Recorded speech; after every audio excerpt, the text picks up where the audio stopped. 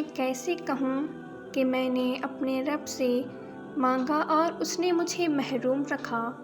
اس نے تو بہت کچھ مجھے بن مانگے عطا کیا ہے، اور پھر میں نے عزت مانگی، اس نے دی۔